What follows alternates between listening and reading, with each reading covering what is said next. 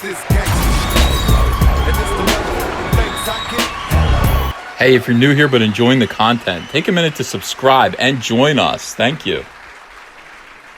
All right, hey, it's Comic Artist Pro Secrets, and I am Ethan Van Sciver, 26-year veteran of the comic book industry, world's most charming, elegant, eloquent, and yet humble man. Great big Star Wars fan, and also great big Ghostbusters fan. Look, 3 months ago, I did a video about Ghostbusters 3, about Dan Aykroyd announcing that, hey, I've got a script underway. It's coming. We're just trying to talk Bill Murray into it. Apparently, Bill Murray has been a big problem. He doesn't want to be Peter Venkman anymore, which is weird to me. I have the same kind of issue with Harrison Ford. I don't understand why these guys don't recognize their biggest roles and then want to play more of their biggest role. Why? Why not? Why wouldn't Michael Keaton want to be Batman more? Why wouldn't Harrison Ford want to be Han Solo more?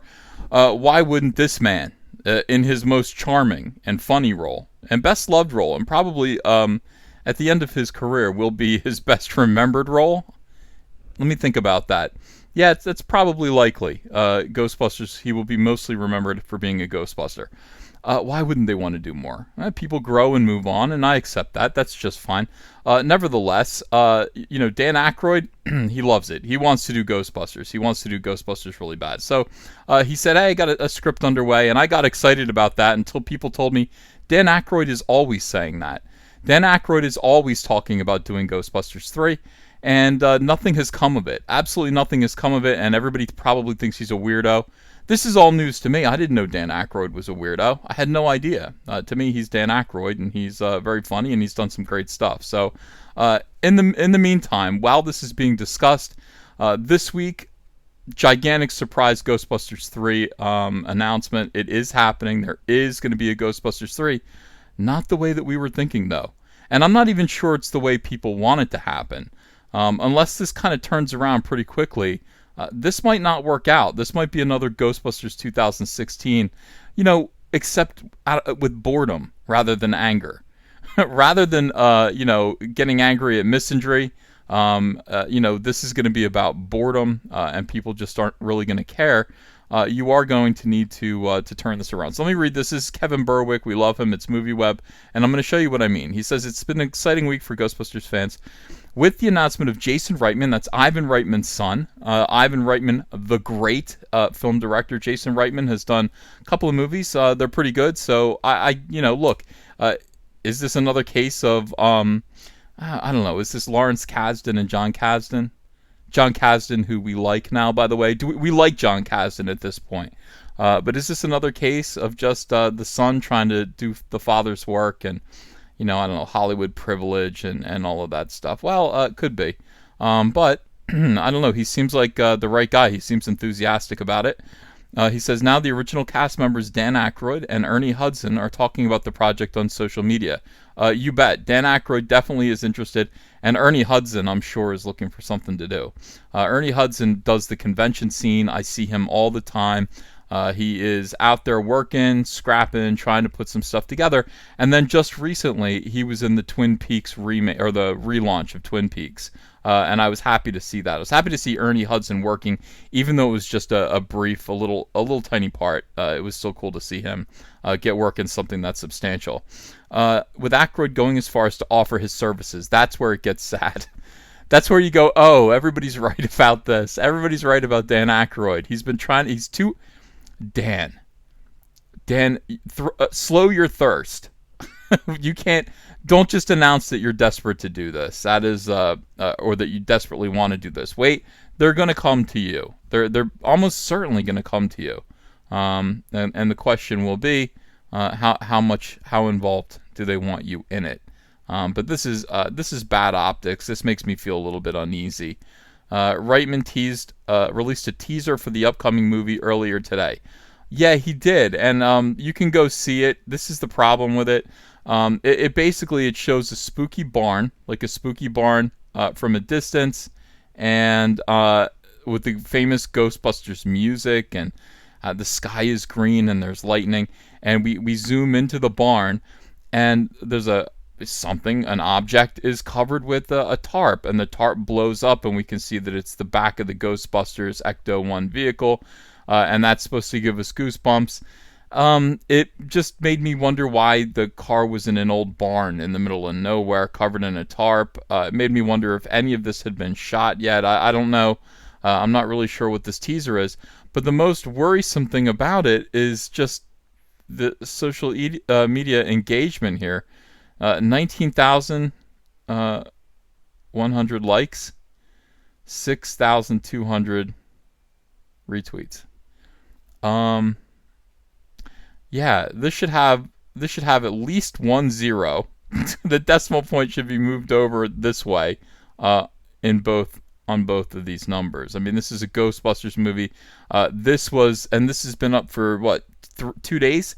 This has been up for 2 days. It's an exciting teaser trailer for Ghostbusters 3, and this is the kind of response that it's getting from social media, which makes me think that everybody is kind of hesitant to embrace another Ghostbusters movie, and certainly hesitant to embrace a Ghostbusters movie in which we have no clear idea if it's going to, I don't know, evoke the original Ghostbusters series the way that we hope that it will. And the only way to really do that is to get this guy.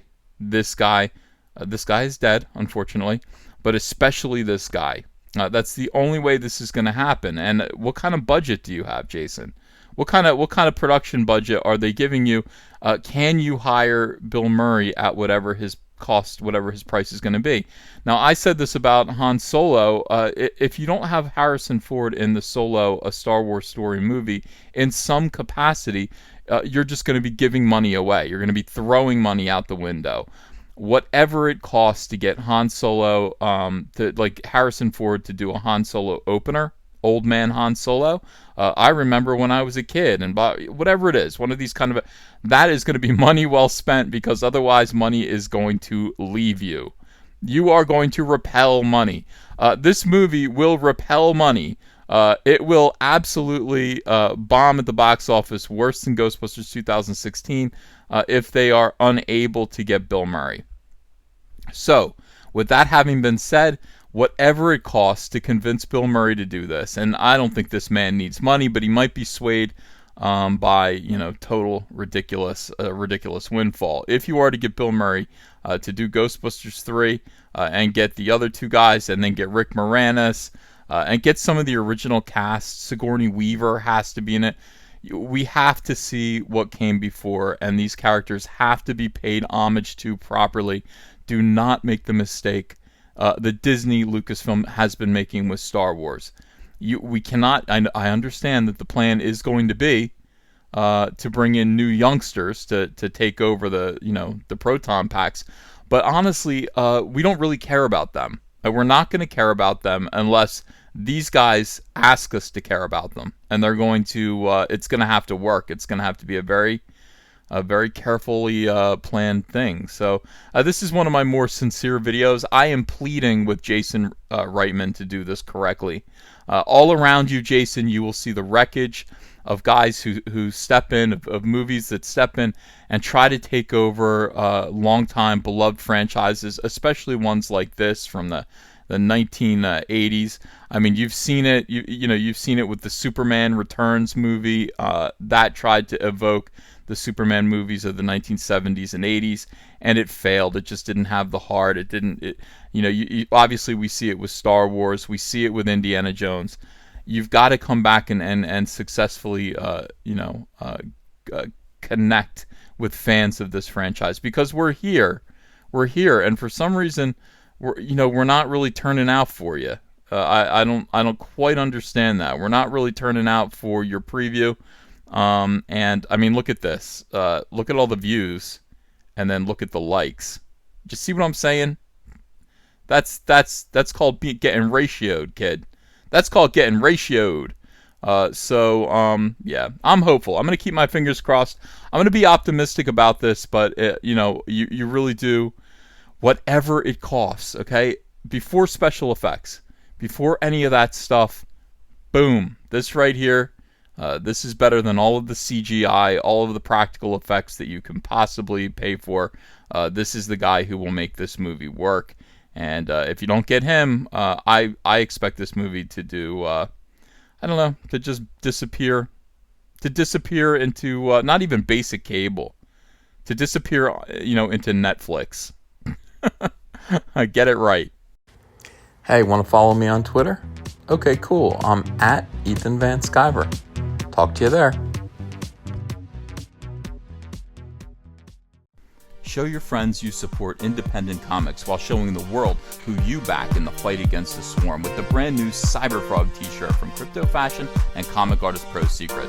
Sizes come in small to 5XL, and take your choice of colors between navy blue, white, and black. And if you haven't yet, go ahead and order the Fandom Menace, Go Get Daddy's Belt, Tico, and Soilo t-shirts as well. Link is below in the description. You're going to look great. People love these shirts. They fit wonderfully. Thank you very much. If you enjoyed this video and want to become part of this community, subscribe to this channel by clicking the Laughing Man face logo right on your screen. Ring the bell for notifications as well. You'll never miss a live chat. And stay tuned, another video by Comic Artist Pro Secrets is coming right up.